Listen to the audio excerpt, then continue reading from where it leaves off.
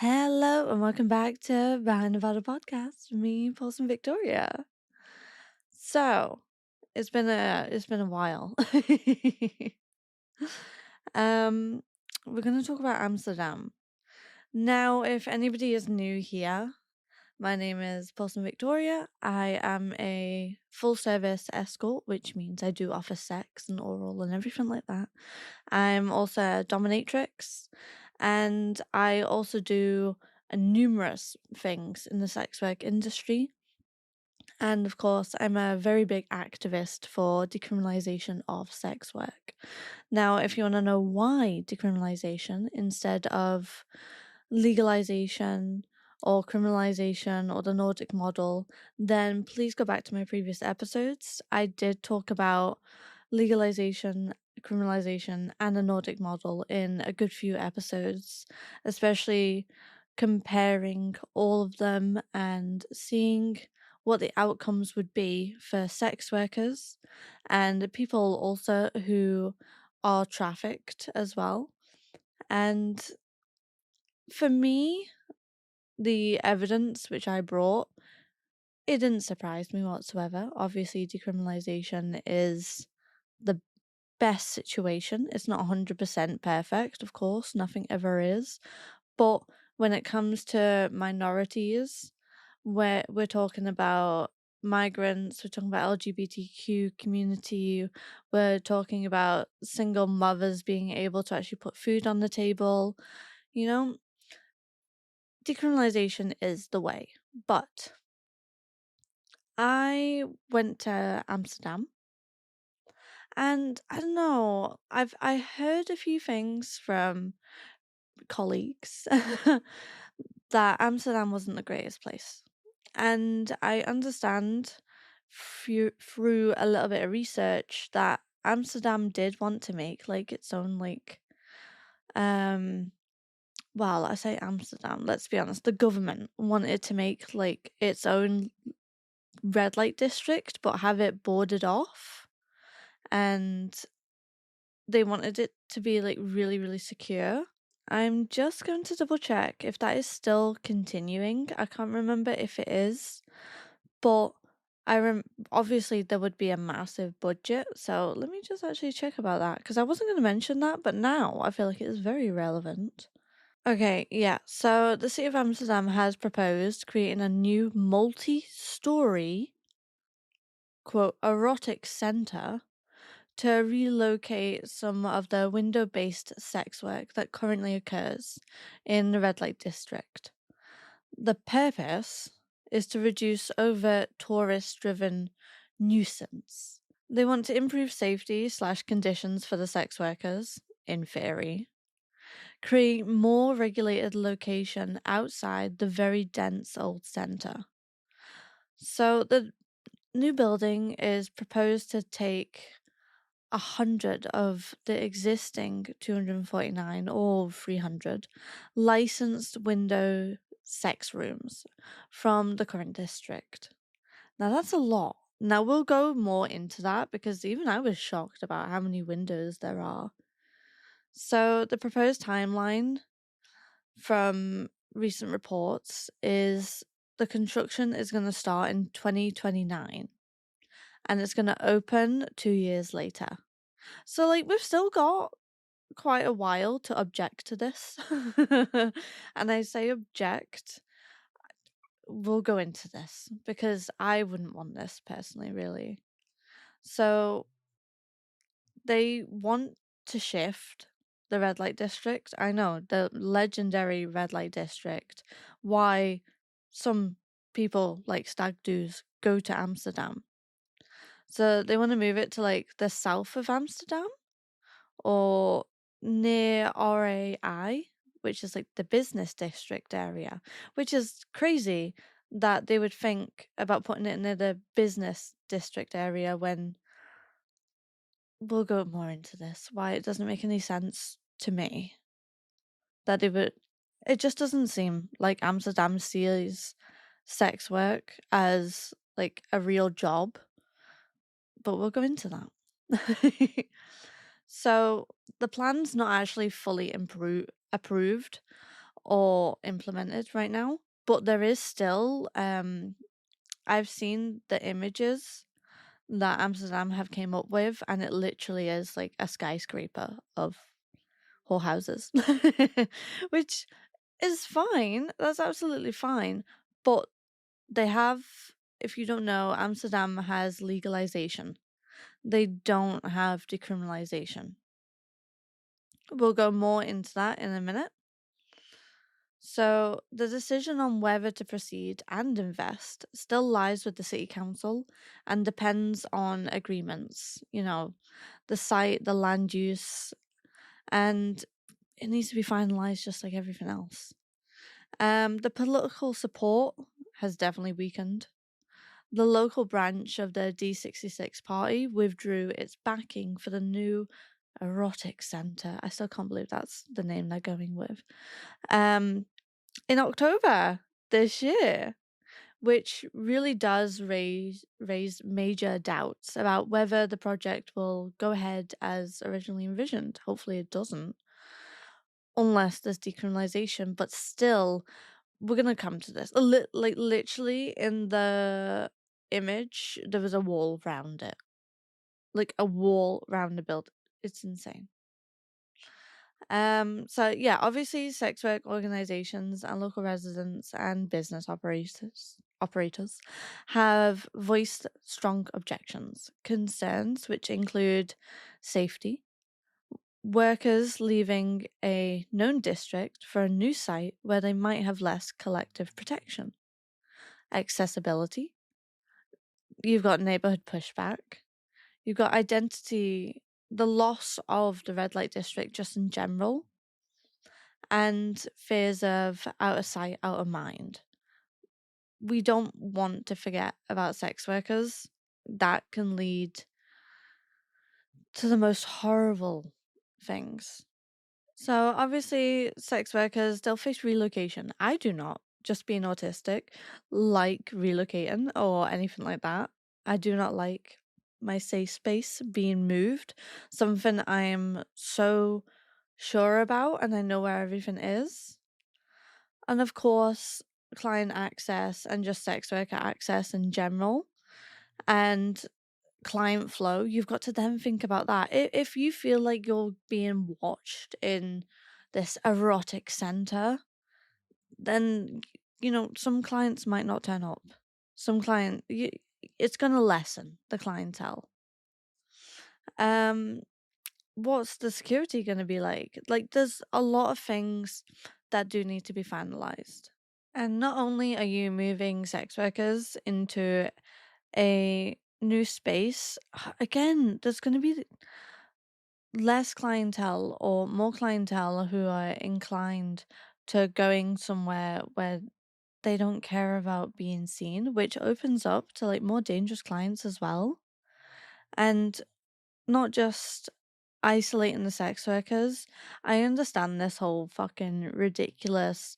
You want to make a city look family friendly. Trust me, Edinburgh Council tried it 2 years ago, I think, when they tried to shut down all the strip clubs. And thankfully, with the sex work union, we pushed back and were able to be like, no, we are here, we're staying. Like, you're gonna make us lose out on so much money, and we are working, we have jobs to pay bills and to have a roof over our heads and to feed ourselves. Never mind if you have children or anything like that, if you have responsibilities where it comes down to taking care of other people. So obviously, there's so many things people are unsure of in general when it comes to this building that Amsterdam potentially might go ahead and build, which I'll be honest, when I went to the Red Light District and I went into the Prostitute Museum, yes, I was disgusted by that name, honestly, because the word prostitute, it became a slur through moral stigma, not meaning. So the meaning, it comes from Latin. The pro means in front of, publicly. I'm not gonna attempt to say statuer. Okay, maybe I will attempt. Statuer in Latin. To place, to set up, to cause, to stand. And then together, prostituere, to expose publicly, to put up for sale, or to offer publicly.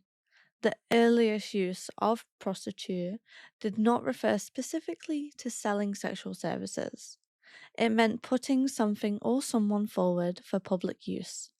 Over time, the meanings changed. It became a slur through moral stigma.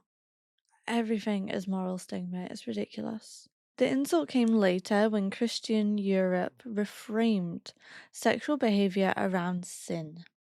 As soon as sex outside marriage became immoral, anyone who chose sex for money became a symbol of sin, impurity, danger, moral corruption.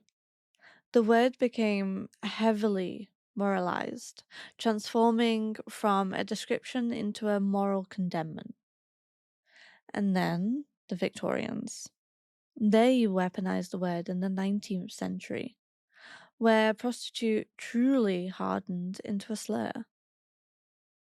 Victorian Britain and Europe built an ideology around female purity, chastity, and respectability.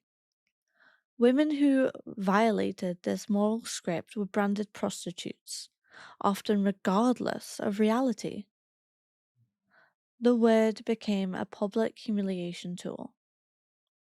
If a woman was seen alone at night, living unmarried, sexually active, associated with the wrong man, poor or homeless, raped and blamed for it, she could be socially destroyed with a single word: she's a prostitute. It was no longer an occupation. I mean, was it really an occupation back in the day? Because we are still seen to this day as this isn't a real job. We still don't have labor rights in a lot of countries. So it became an insult to womanhood, just like how men would say, she's a witch. And a lot of women were burned at the stake just because the men didn't like them. Women are constantly blamed. Women are constantly insulted. Misogyny has carried on all throughout. And I'm not just on about men, I'm on about women also saying the insult as well, because misogyny thrives through both any gender. It does. Because it all comes from a certain place. Men. It's a key factor in how we have been a society and how we have grown. We are all in this pen, and if we stray outside that pen, or if we annoy a certain person, then we're banished, we're insulted, we're different, we're outcasts. It is very not right just because somebody has a moral view and how life should be for certain people. So, laws in the 18 and 1900s took the slur and carved it into legislation. Throughout the 19th century, European and American cities passed vagrancy or idle and disorderly laws. Yeah, get this. These laws allowed police to arrest people, women, who were walking alone at night, loitering, quote, behaving suspiciously, poor, homeless, without a male escort, simply standing in the wrong area. Police overwhelmingly enforced them against women who looked like prostitutes. This created the first state mechanism of female deviance. Being in public while female became grounds for suspicion. Normal behavior was reframed as criminal behavior. Women didn't have to be sex workers. The police just had to decide if they appeared immoral. This blurred the line between poverty, survival, and criminality. And the word prostitute became the catch all justification for arrest. And the phrase, common prostitute, once labelled you were marked for life. A common prostitute was not someone caught selling sex, not someone proven guilty or anything, but simply a woman the police claimed was a prostitute. Once labelled this because a legal identity, a category on your police record, something you could not appeal, a basis for future arrests without no evidence. I mean, hell. When it comes to this, so if anybody does not know, I was charged with brothel keeping here in Scotland, which can carry a charge for up to 7 years. Thankfully, my charge was dismissed, but I still have a police record which says that I was charged with brothel keeping. Even though I wasn't prosecuted, it is still on there. I can't appeal it whatsoever. And they can arrest me in the future without any evidence. I mean, in any case, the police can do that, just in general. The police can be corrupt. I'm not going to say all. All police can be corrupt. And, you could just still to this day, in some countries, you can still be arrested for just being known by the police. There is evidence out there which says that the police have stalked sex workers, just because they know they're sex workers. I mean, this is just in general being a woman. And you could be arrested for just standing on a corner, having a conversation with a man, entering or leaving a building. This has all happened and they haven't been sex workers. I feel like we have the gist here. Where it's like, once you are called a prostitute, then you're kind of stamped with the whole, you're a prostitute, sadly.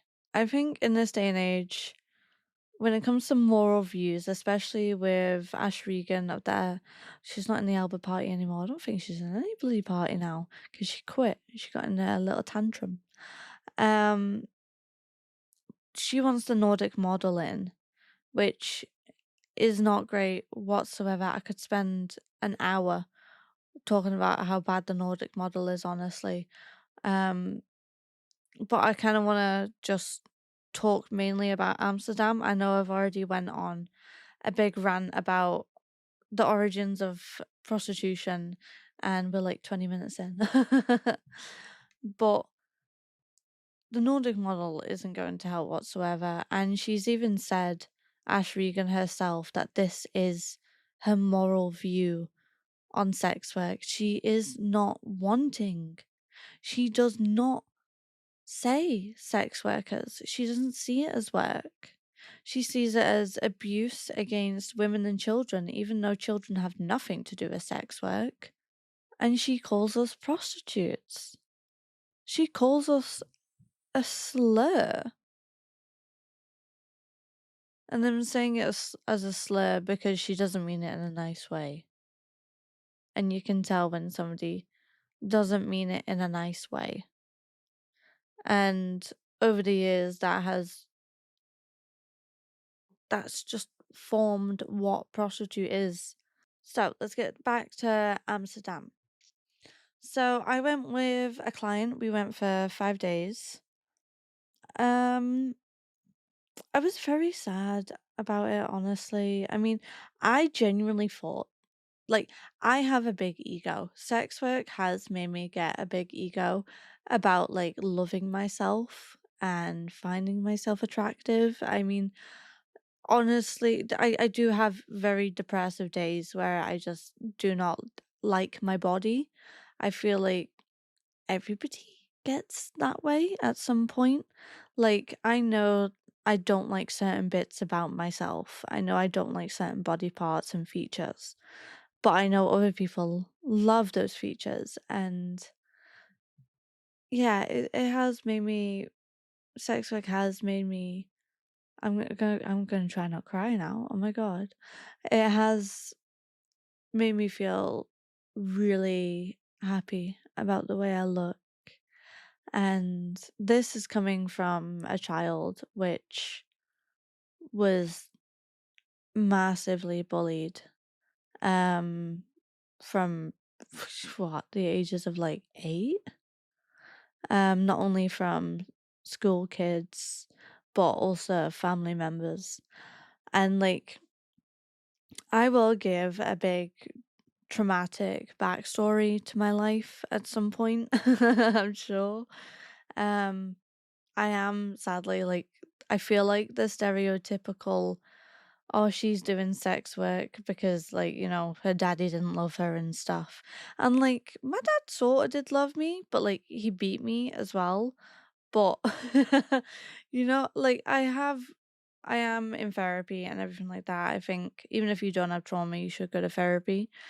But yeah, sadly, I do come with that traumatic background. But I think that again is all down to how society didn't deal with parents hitting kids, how parents haven't taught kids about sex ed, how they can't they don't want to have that freaking uncomfortable conversation. And honestly, it's pathetic that parents don't want to sit down and actually teach their fucking kids. It honestly drives me insane.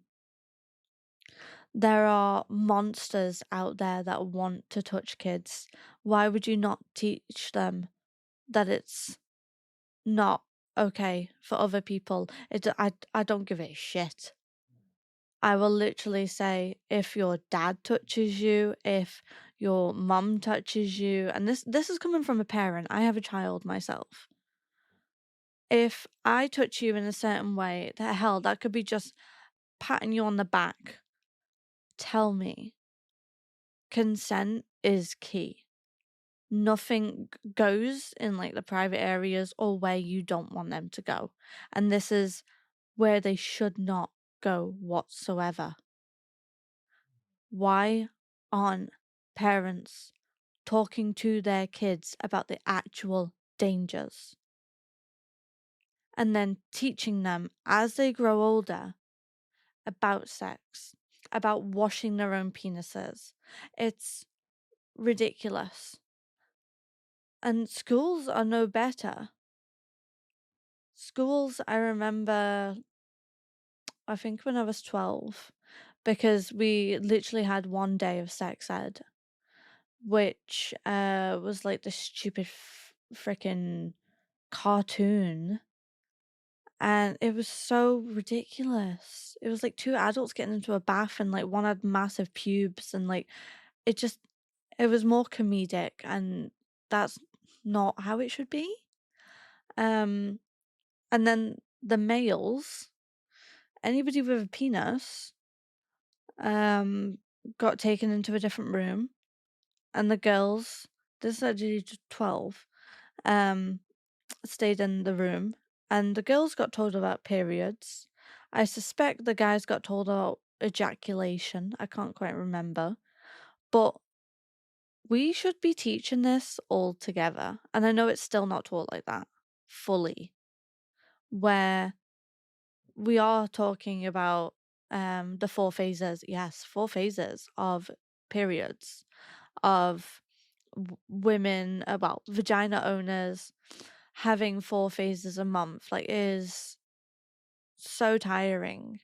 And guys are not getting taught that, like, when you get a hard on, like, blood goes through the penis. And it's just like, It's ridiculous, honestly. Like, we should be teaching them where the clit is. We should be teaching them how to actually masturbate, honestly. We should be because, like, you guys love to blame porn. Love to blame porn. But has anybody actually teached their kid that one, porn isn't real? Two, a lot of the custom videos and just videos in general are there for the male gaze and have been wanted for by males. Uh-huh. Have they been taught how to do certain things in BDSM safely as possible? BDSM is not 100% safe. Have they been taught certain things? No. No, they haven't. Because people don't want to dedicate a certain amount of time to have these quote unquote uncomfortable conversations when they need to be had. And the porn community, sex workers are constantly being blamed for how ill advised parents, adults, teachers, the government are doing and have been, they haven't been taught. They haven't. It's ridiculous. We now have the Online Safety Act, which obviously hasn't impacted sex workers in a positive way at all. Like, I'm not being funny. Like, I'm gonna watch what my kid watches and talk to them about it, especially because I need to know what they're doing is safe. And I will teach them how to do certain things when it does come to safety. It's unacceptable. Unacceptable. Oh god, it's ridiculous, honestly. It is. The amount of times women, let's be honest, because when male porn stars do not get as much backlash as female porn stars do, or sex workers. It's ridiculous. I'm like so sick and tired. This has became a rant, and I'm so sorry. We're half an hour in. But we need to start having those like uncomfortable conversations and make them not uncomfortable. Society has all raised us on these moral views, and it's not a fucking excuse. It's not an excuse. For years, I thought, oh, because my dad was through this, oh, because my mum went through this and this was her life, that gives them a valid reason to not teach me certain things and to literally ignore me being groomed at a young age by older men. And I'm not talking sex work, I'm talking like in real life, like personal experiences, not work. And it's no excuse. It is no excuse. The amount of therapy and time that I've had to myself, and I've spoken to people about my trauma, and it's no excuse for what has happened in other people's lives to make it okay for them to go, oh, well, this is how it happened back in the day. Yeah, and you're still a shitty person. You're still a person who doesn't want to teach the right way. So that is my TED talk about my trauma. Let's go back to Amsterdam.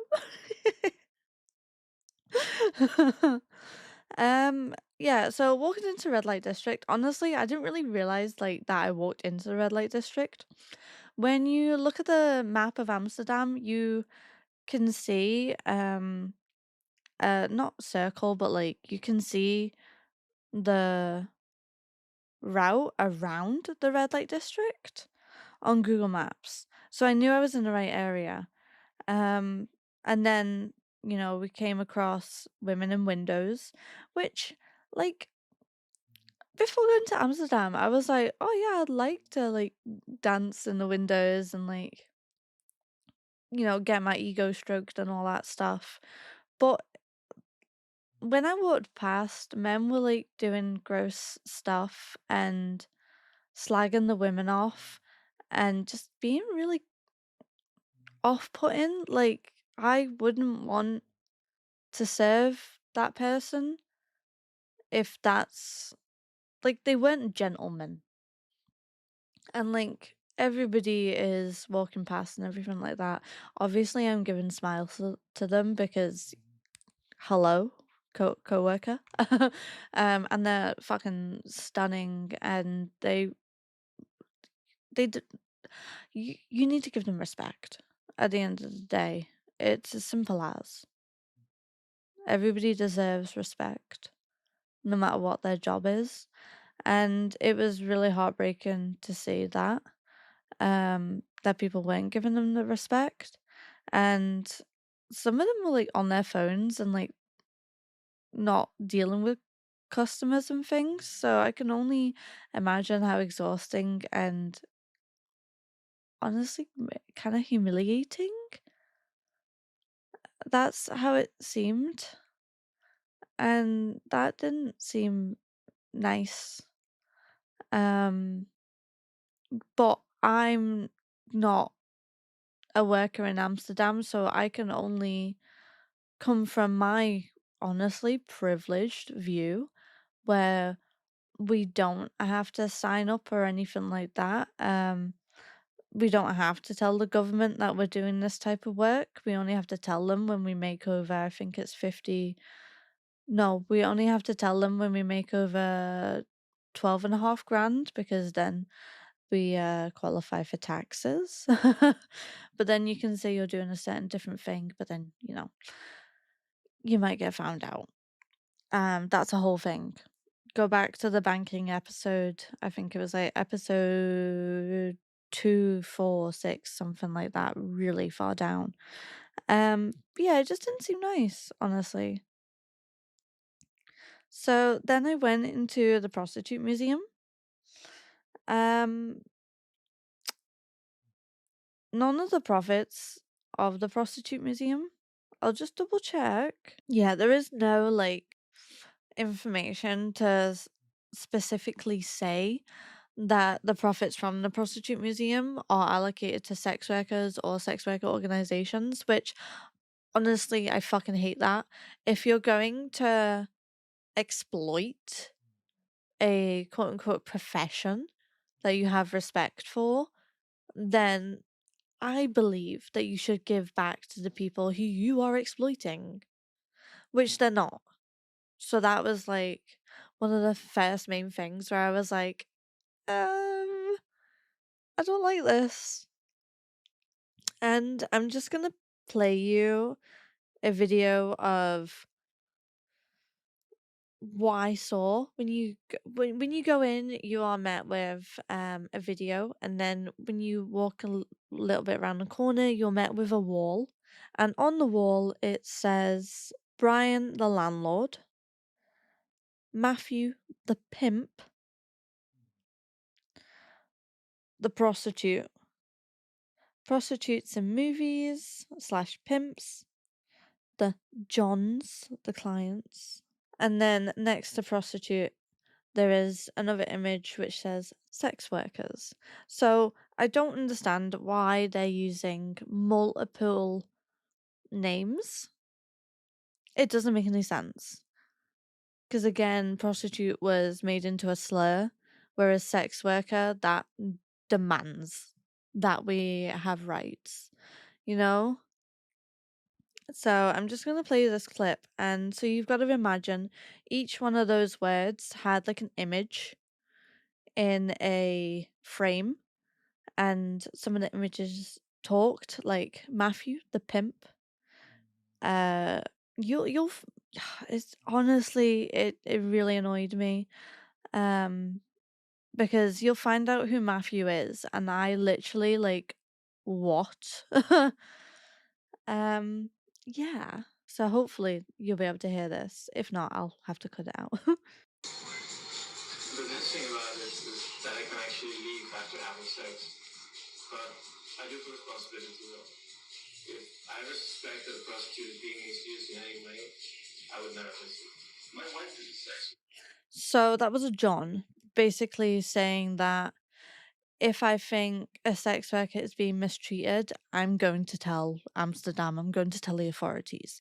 That was very common in the Prostitute Museum, where it did say if you think somebody is being mistreated or anything like that, go to the authorities. Which I don't know how I feel about that. My wife is a sex worker. It's a hard job, and I respect her for how she handles it. I love her a lot. I do her accountancy, her shopping, and I'm always around if there are any problems. Some call me her pimp. That doesn't sound good, does it? Some pimps really abuse a prostitute. Some even force them to work or treat them like animals. Well, I'm not like that, and they give me a bad name. So that was Matthew, the boyfriend, who they call on the wall a pimp. Um, no. That really took me back for them for the government to literally say this is what a pimp is being a boyfriend, essentially. Not by saying this is the boyfriend, but literally saying the words pimp next to the image and video of the boyfriend. That was fucked. Like I'm still so shocked by it. And then the prostitute, who again, we don't know if these are real people, if they are actually like sex workers and whatnot. Sex worker, and I'm proud of myself. I really enjoy what I do. Unfortunately, there are also prostitutes. So what this prostitute is saying that at the end she mentioned how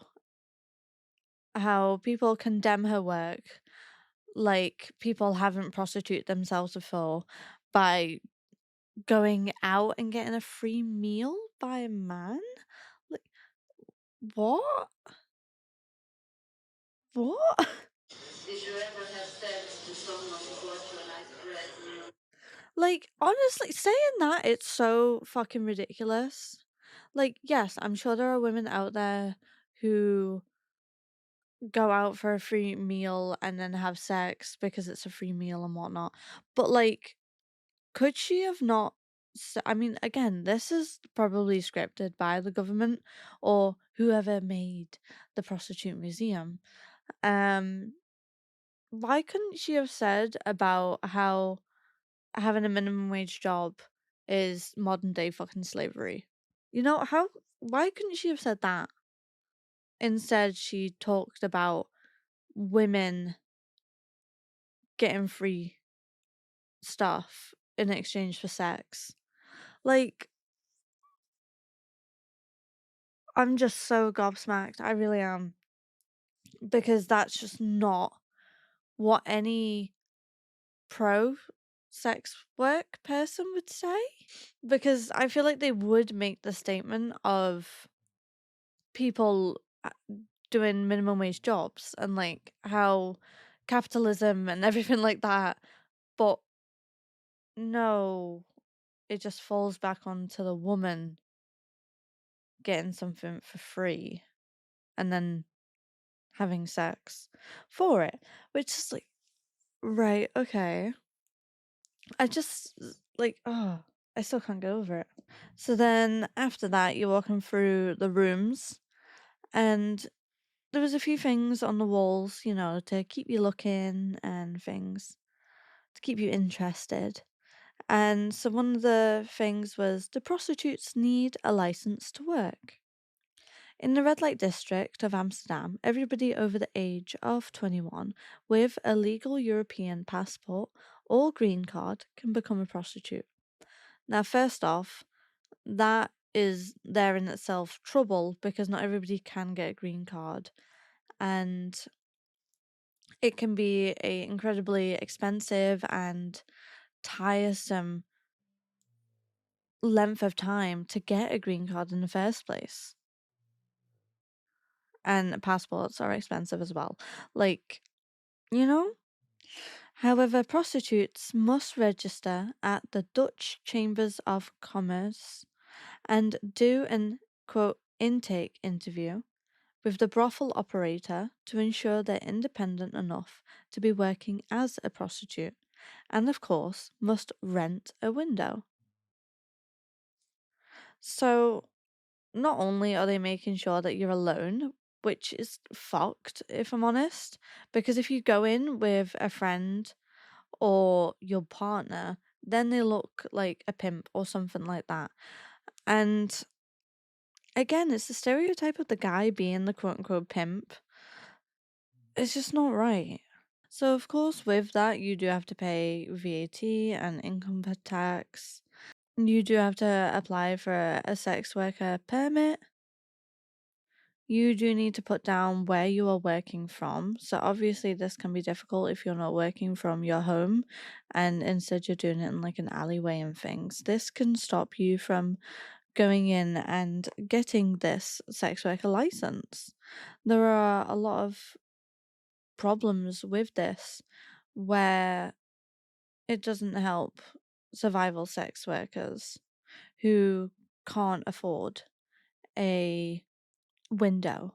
So, another thing which I found on the walls was sex work and a business bank account. Why have a business bank account as well as a personal account?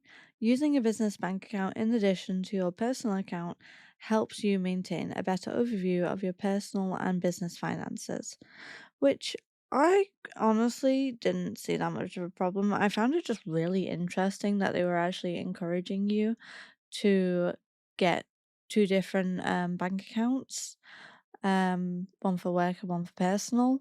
Whereas in the UK and other places in the world, they are like closing bank accounts because we're sex workers. But if you look up, there is evidence that sex workers in the Netherlands face banking exclusion and related issues with banking accounts being closed or refused. So again, it's very interesting that they do just in general had that poster up talking about getting two different bank accounts when even in Amsterdam it is hard still, just like it is everywhere else. So even though they have legalization, they're still having the same problems everywhere else is. There was another one which was titled Prostitution Program Newsletter for all sex workers involved in window prostitution, clubs, and escort services. And it's a big letter, but the gist of it is the operator from whom you rent your space or for whom you work has recently received a letter from the city regarding several changes. We are sending this newsletter because we consider it important for you to be well informed about these developments as well.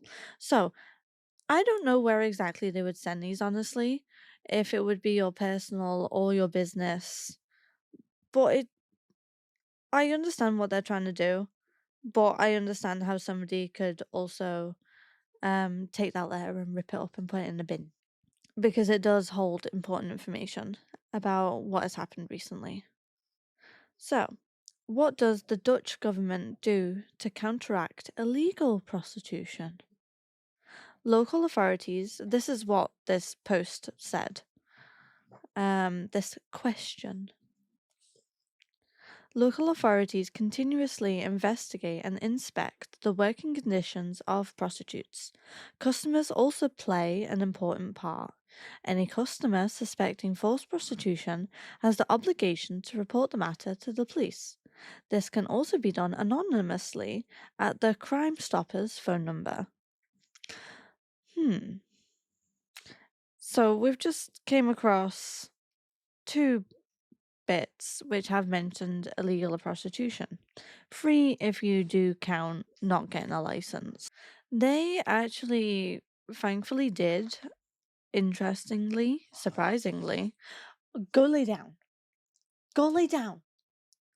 They surprisingly actually did have a poster up which said Geisha is a trade union for sex workers and is committed to collective pensions and insurance, legal support, and test cases. Negotiation with room hire companies on rental and price protection, and then listed their details. Home not for sale.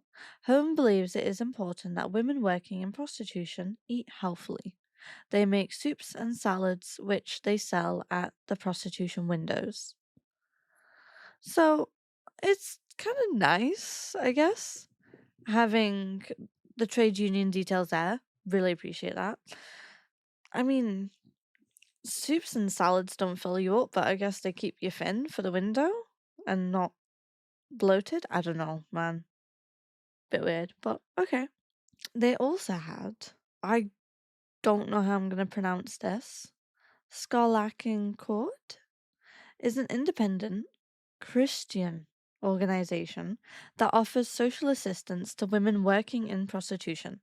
This includes help in cases of human trafficking, so not sex work. Practical and psychosocial support, help in leaving the profession, obviously, is a Christian organization. They want you to leave as soon as. Second step, daytime activities and guidance into work. So again, they want you to leave prostitution. And there's another one underneath. Ledger des Hells. Women can visit the Women's Pastoral Care Centre on certain afternoons and evenings for tea and coffee with someone willing to listen. Because we always need that person. I mean, therapy, like, I don't want to go and sit with somebody who potentially has a different agenda, meaning they want to exit or they're going to talk to somebody. Like, you're not going into this center where it's like therapy where they can't speak about certain things, you know? Like, there is no client care. You're just talking to a person who you have to hope isn't going to say things. So there was another one which said many care workers in Amsterdam carry out field work and visit prostitutes at work. The female confidential counselor is there to help prostitutes and to help ensure a good and pleasant practice of the profession. She will listen to you, can provide advice, and help you to present your case to the appropriate authorities. You can talk to her about your working conditions, any compulsion and exploitation, or anything else you would like to discuss. Of course, you can do all of this anonymously, which is great, but again, there was a lot of stuff heavily talking about exploitation, trafficking, and things like that. It just gave a bad vibe. It really did. Like, it made me not want to be a sex worker in Amsterdam. Like, it did its job. Another poster was care and assist at work. As a sex worker, it is important for you to take good care of your body. It is in the interest of both you and your client for you to work safely and healthily. P and G292 provides free and anonymous assistance with the following: STD/HIV testing, hepatitis vaccinations, information on contraception, consultations on sexual health, prescriptions for contraceptives, appointments with the prostitution social workers service for help and information on employment, income, taxation, debt, housing, and the exit program. Consultations for male sex workers. This is the first time hearing about male sex workers, and it's so weird how they go from sex workers to prostitute, sex workers to prostitute. Courses in Dutch, English, how to use a computer, self defense, and applying for jobs. Boom. There we go.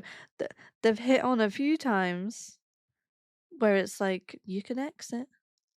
Interviews with the confidential female counselor. So that's all free, which is amazing. But then you do have to think about the people who do not want to come forward and have on record that this is their job. Because, again, you will be branded with, she's a prostitute. I find it really interesting as well that they did have a table which said areas where sexual activity takes place.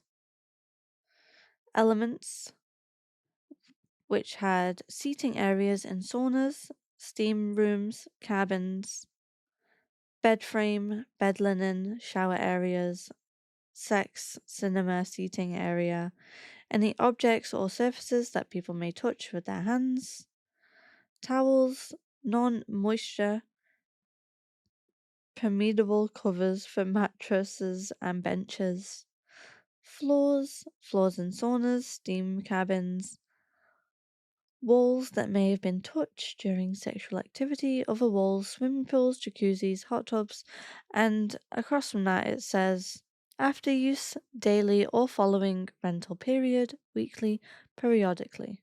And then the comments say at least twice a day if the area is in use all day, wash after each client, if the towel is clean. If a clean towel is placed on the bed for every client, only the towel needs to be washed after each client. In this case, clean the covers and pillowcases daily, or if they are visibly dirty or wet. And it just goes on. And I find it very interesting that they went in depth to say how often things are used and how they're cleaned and things. So I also found this interesting. There was a bit on the wall which says, "What do we want? Sex workers and their clients to meet in a safe and regulated environment. Window brothels, sex clubs, and escort agencies to operate only with a permit. Sex workers to receive the support and care they need. Prostitution to be a clean, fair, healthy, and hospitable business. What do we reject? Forced prostitution, exploitation of vulnerable people as sex workers, illegal forms of prostitution." It's ridiculous. Like, I'm not being funny. I do not reject somebody who is doing prostitution illegally because they have to do what they need to do to survive. The exploitation of vulnerable people as sex workers. I'm sorry, what are we? Are we prostitutes or are we sex workers? We're going back and forth between this. Like, one sounds like they have rights, sex workers, and the other doesn't. Trafficking or being coerced into the sex industry is not sex work. It is being trafficked and forced. It is not the same. And like, they had a poster which said sex work equals work. Going to visit the red light district? Question mark. Please respect sex workers and don't photograph them. So that was another rule where you couldn't photograph the window girls, the window sex workers. They also had another poster which said male prostitution in Amsterdam. The vibrant red light district in Amsterdam is one of the most important, but also one of the most controversial tourist attractions in the Netherlands. On all but two small streets, women sell their bodies for sex. In the Bondesteed and the Blodstraat, one can find transgender or transsexual prostitutes. Men are nowhere to be found behind windows. Instead, they operate in parks, gay bars, gay clubs, chat rooms, and illegal brothels. Huh. So they don't get the same rights. That's not fair. That's just straight up not fair. I'm just going to be reading from the posters mainly, Male prostitution is hardly discussed in the Netherlands, but it is out there, in every province, region, and city. It is therefore important to raise awareness about the existence of these boys, not men. Oh my god. I'm getting ahead of myself. The existence of these boys and men. Why does it say boys? I'm like so shook right now that it says boys. It's the whole violence against women and girls again. During our quest to paint a picture of male prostitution in the country, we were often surprised by the helpfulness of the community, even while being shocked about some of the details in the business. Well, yeah, we're humans. We do want to say that, we are sex workers. Male prostitution is characterized by three major taboos.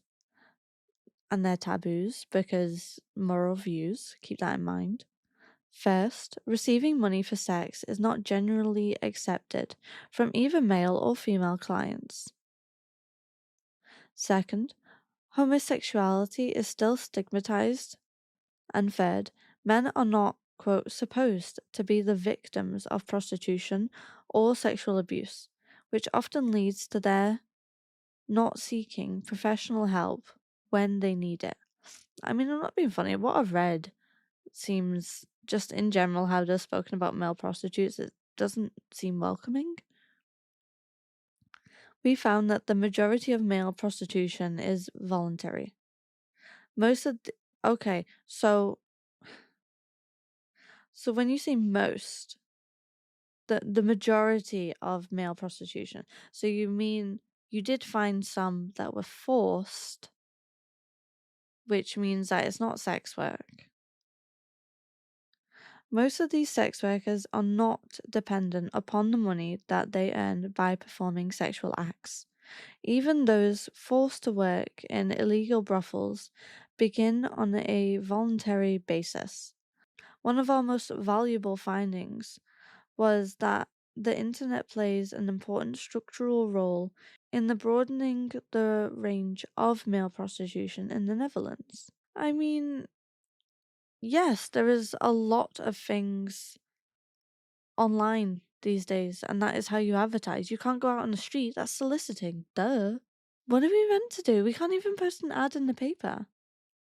Most prostitutes come for the free STD tests that are offered. According to the GGD, 20% to 25% of the males who prostitute themselves have STDs, in comparison to 5% of the female prostitutes. One example of men who voluntarily prostitute themselves through paydates is students, under cover of anonymity. Internet chat rooms increase access to male prostitutes by removing the stigma associated with visiting a physical meeting place, such as a bar, club, or park. They also increase access for those who wish to become a male sex worker. See? Like, they're going, oh, sex worker, prostitute, sex worker, prostitute. Want to do so without a pimp, escort service, club, or brothel. These sex workers are able. The independence provided by the internet for sex work allows these men to maintain control over the money received for their services and to become entrepreneurs with control over with whom, when, and how much they work. I'm sorry, entrepreneurs. So it's alright to say men are entrepreneurs, but women aren't. When we do, okay. A defining characteristic of male prostitution is the disparity between the overwhelming majority of sex workers who operate voluntarily on the internet and the much smaller minority who are coerced into it. Compared to female prostitution, the gap between these groups appears to be larger. There seems to be only a small group of men who are dependent on the income but engage in the work voluntarily. This one's great. There was literally a how to become a successful prostitute. 10 insider tips. And of course, it was posture. Pout those lips and work those hips. Stand upright and accentuate your curves. Like, why are you encouraging people to do sex work, honestly? Like, when I talk about sex work, I do not encourage it to anybody. Because, well, there is loads of downfalls. There's loads of negatives. Not more than positives. I mean, the only positives are money, let's be honest. And yeah, I've been able to like stroke my ego and everything like that, but I've also been stealthed, sexually assaulted, um, strangled, and yeah, my bank account's closing. I've been bullied by clients. I mean, the government fucking hates us, Like, I would never advertise it as how to become a successful sex worker. It's just odd. The second one was make sure you look cheerful. Men, right? So my only audience is apparently just men. When actually the majority of my clients, yes, are men, but I do get I know I just contradicted myself a little bit there. But the majority of my clients, yes, are men. But I also see transgender people. I also see females. I also see couples. Like, I don't like it when it's just men. Men, men, men, men, men. And yeah, I just don't like it where it's just men. And I love what this says. So make sure you look cheerful. Men don't enjoy spending money on a surly woman, whatever that means. I'm guessing not great. Yeah, it means bad-tempered, unfriendly, rude, or hostile. Yeah, not great.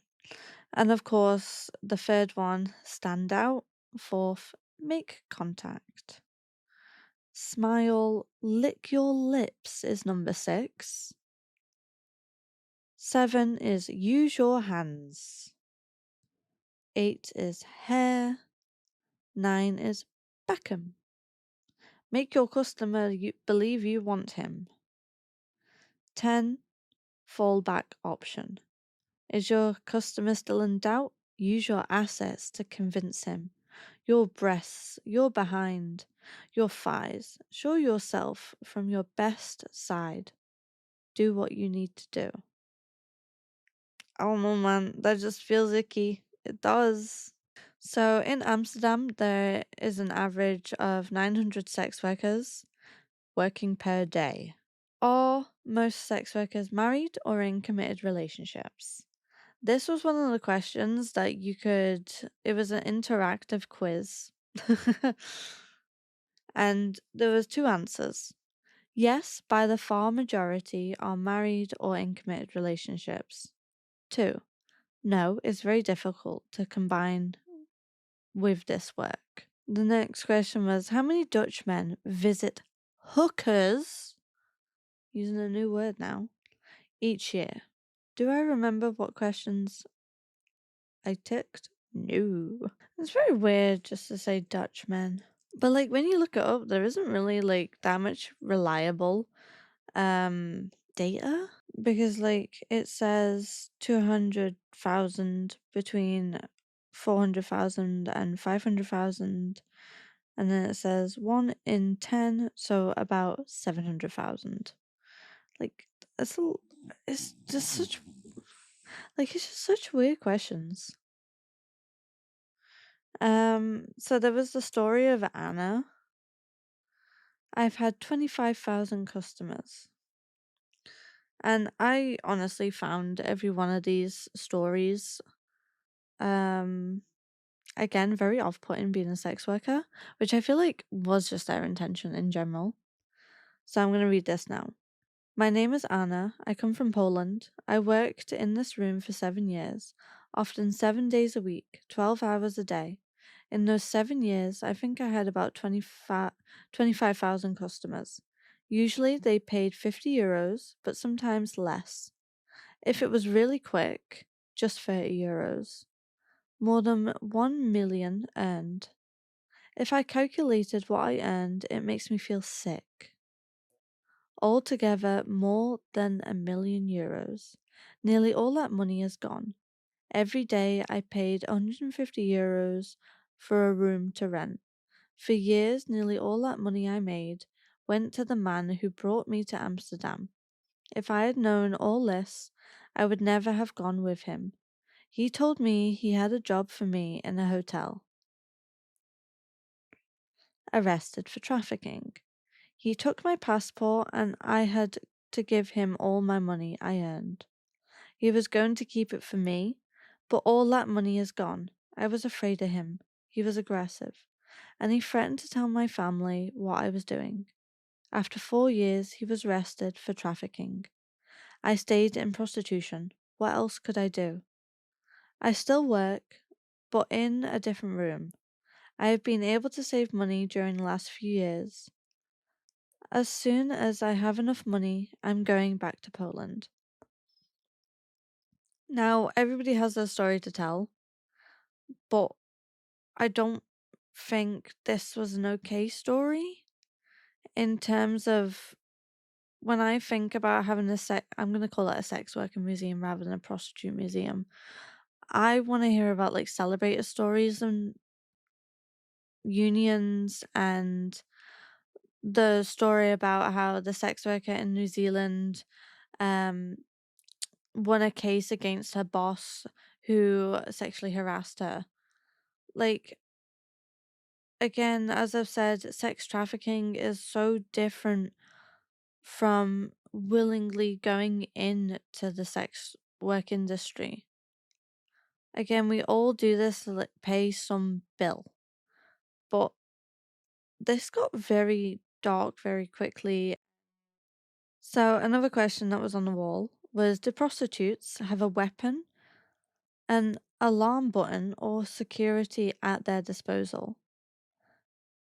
The answer to that was prostitutes have a alarm button, weapons, self-defense spray, etc. are illegal in the Netherlands, although plenty of prostitutes will carry these. The best protection for prostitutes are their colleagues. There is great solidarity among prostitutes, and a prostitute who encounters problems will be helped by her colleagues. So the government has said, nah, fuck it, they'll sort it out between themselves, basically. Let's be honest. So this was the story of Eva. In 2 years, I will start working in a law firm. When I came to Amsterdam to study, I was approached by a beautiful woman. She asked me if I wanted to earn easy money in prostitution. I liked her very much, trusted her, and could use the money. I am not ashamed. I went to work in a fancy club on one of the canals of Amsterdam. The first day I felt terrible. I had sex with men, and I did not know, and often did not like it at all. But I quickly got used to it. I have done this job for 3 years now. I'm not really proud of it, but I'm not ashamed either. I often enjoy my work. I like to be around people and I love to make myself beautiful. Some customers are really awful, then it is hard to work. But I often really enjoy my work. I make a lot of money, so I do not have to borrow money for my studies. In 2 years, I will be working in a law firm. I'm happy with the choices I made 3 years ago. So that was a bit of a nicer story, but again, we have like somebody who was approached by someone to go into the trade. Um, but I totally agree where like you don't always have great days and you don't always have great clients. How many women work as a prostitute in Amsterdam? The exact number of working prostitutes in Amsterdam is not known. Research from 2010 indicates the number probably exceeds 6,750. In windows between 1,090 between 1,090 to 3,380. Like, they are quite exact numbers. In private clubs, 820. In licensed escorts, 600. And 600 non-licensed. So are licenses really working? I do not know where they actually got these statistics from. Home workers who aren't licensed, 2,000. Because, like, I'd be very interested to know, like, if these are true statistics. So, the story of Kelly. I'm in control.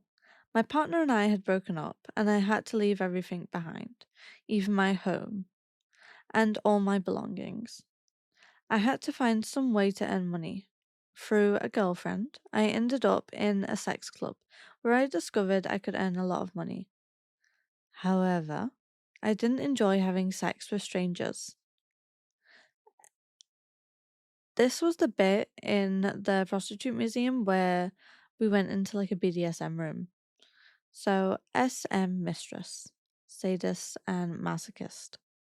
When I mentioned this to a colleague, she said that I should talk to a girlfriend of hers who worked as a SM mistress and made a good living without the obligation of having actual sex with men. I decided that I wanted to give this a try. It seemed exciting to me, and I had the feeling that this line of work would suit me well. It takes training and time. The SM game is an art form which is not easily mastered. It is important that you have good intuition as how far you can go, and there are many techniques. It takes training and time to become a SM mistress. There are various books, websites, and courses which help you master this specialty trade. I approached the SM master and asked him to take me on as an apprentice. I had to pay him 3,000 euros. Holy shit, that's a lot of money. He taught me tricks of the trade, bondage, teasing, humiliation, mind games, and much, much more. Now, it doesn't say with the euros, like how long she was with him for or anything like that. I really hope it wasn't just a lump sum in a quick session, because Jesus. Especially how to play with your slaves, how to stay in control, and to enforce the set boundaries. When my apprenticeship was finished, I rented a window and began to work as an SM mistress. It was wonderful, and I earned my 3,000 euros investment back in just a few days. Now that is crazy. Not everything is as easy as that when it comes to sex work. You don't it's you sometimes you stumble across money, other times you don't. You can be dry for weeks, or you could hit gold within that week or within a day, you know? You know? I'm in control. Physically, I find the work much less difficult. It is great that my customers are really happy with me. They can live out their innermost private fantasies here. The work is enjoyable, of course. You always have to put on a show. For me, it is especially important that I am in control now. Again, I don't know, it just feels weird. How many windows are in Amsterdam? There's currently, well, when writing this, when making the Prostitute Museum, there was approximately 400 windows. And then when you go to the end of the lovely museum, um, it's the mystery of the unsolved murder. They talk about murders of sex workers. Yeah, they had a little room where you could see into of this woman named Annie who was murdered around midnight, and they don't know who killed her, and they named her Chinese Annie. And I honestly hate that that's her name, they don't really explain quite a lot about her. They mention that she was strangled. Her body was still warm when the officer reached the scene of the crime. And it's disgusting because it then says, who killed her? The neighbor, her jealous boyfriend, a lover, or the owner of the brothel? Like, can we not? She was wrapped in a blanket and completely naked, even though she would normally never fully undress for customers. Why was she found naked? Like, that's what it says. It says, why was she found naked? The telephone plug was ripped out of the jack. Who did this and why? I don't fucking know. Like, it's so disgusting that they're saying this. I don't know. It just rubs me the wrong way. It really does. A nylon stocking was found on the floor. Was it used to murder Annie? This seems to be the case. However, no usable fingerprints were found. There were so many people who had visited the room that it was covered in fingerprints. And then they do have a memorial poster and visual of all the sex workers that were murdered up until 2005, I believe, which was actually really nice. And then from there, it went into prostitution and fashion. Like it was so weird that we went from death to fashion. And then there was like this giant news article which was all covered in how was Marilyn Monroe a prostitute? Some old guy loves orgies with underage women. And then there's Tiger Woods, Eddie Murphy, Jack Nicholson saying, I was really obsessed with prostitutes. Tiger Woods paid for sex. What the fuck? Russell Brand, that's the knobhead. I could have invented prostitution. Like, ridiculous. Ridiculous. And it was like Kim Kardashian dates for money. And it's like, okay. Right? And then of course you've got the Boy George handcuffing male escort pop star to prison. Sadly, he should have served time, like more time. And it's like Hugh Grant arrested with his pants down. Los Angeles police arrested the film star for engaging in oral sex with prostitute Davina Brown. Grant was fined £1,000 with $1,000 and placed on 2 years probation. Like fucking ridiculous, man. And then they had a confession, my erotica secret booth, and so of course I had to write in there, decriminalize all sex work. I just remembered one more thing which I didn't have an image of, so obviously my ADHD brain completely forgot. But another massive off-putting thing, like I don't know why the fuck they would have it. Like honestly, it just felt like they were trying to put as many people off sex work as possible, which I understand. This, what I'm about to tell you, is like the true reality. It is the true reality, but it was just hard to watch. So they had a big sort of life-size screen, where you're kind of imagining yourself being in the window and you're watching people pass by the window. And so you see couples sniggering and putting their nose up at you, and you see lads on a stag do. Like you're getting dirty looks, and I think one of them spits on the window.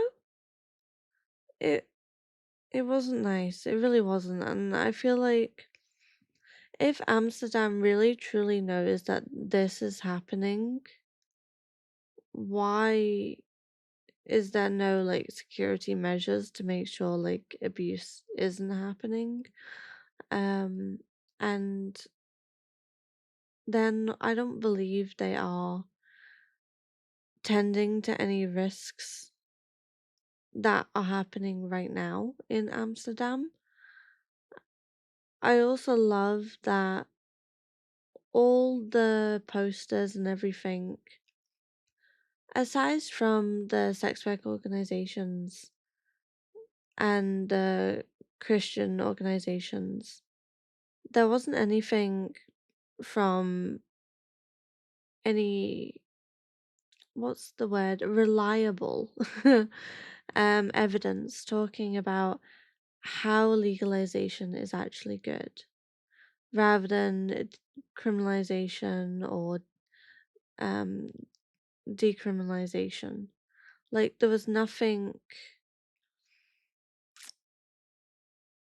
positive about what they said, basically, what they are basically advertising, sex work. There was nothing against them either, if you get what I mean. Like, there was talks about trafficking, but there wasn't talks about if workers got pensions or maternity pay or sick days, anything that workers should have, and like insurance as well. Like, there was nothing to say that, or like free healthcare, things like that. There wasn't any actual labor rights that really stood out to me. Like, yes, you could get free counseling, and it's great that there are exit strategies, but they're not going to give you money to try and exit. They're just going to hit you with that, oh, yes, we can help you find a job, but yeah, basically, that's literally it. They're not going to give you money to leave sex work like how other countries have. I mean, there's only been a few countries that have given money to sex workers. There was a country recently, I can't remember who exactly it was. Okay, it is impossible to find the article which I found the other day. But there's not that many countries actually wanting to give viable, survivable exit strategies. There was meant to be a pilot program where in Hawaii they would provide $2,000 a month, but that didn't end up going ahead, which is crazy. There was in France, I think they gave €200 a month, something like that, to exit the sex trade, and that's not possible. Like, you can't survive on that. So the fact that they didn't mention proper positives and they didn't talk about the differences between decrim, legalization, and criminalization and the Nordic model, I feel like that really speaks volumes. Yeah, I feel like when they don't go into the proper laws and the benefits of being a sex worker, prostitute, hooker, whatever you want to call us, and rather they go into fear mongering, and it it wasn't nice. It really wasn't. And so yeah, that was the Prostitute Museum from my point of view, from a sex worker's point of view. A sex worker who works has worked in England and works in Scotland currently. And I know this is a long episode, and thank you very much if you made it this far. But yeah, I did not very much enjoy it.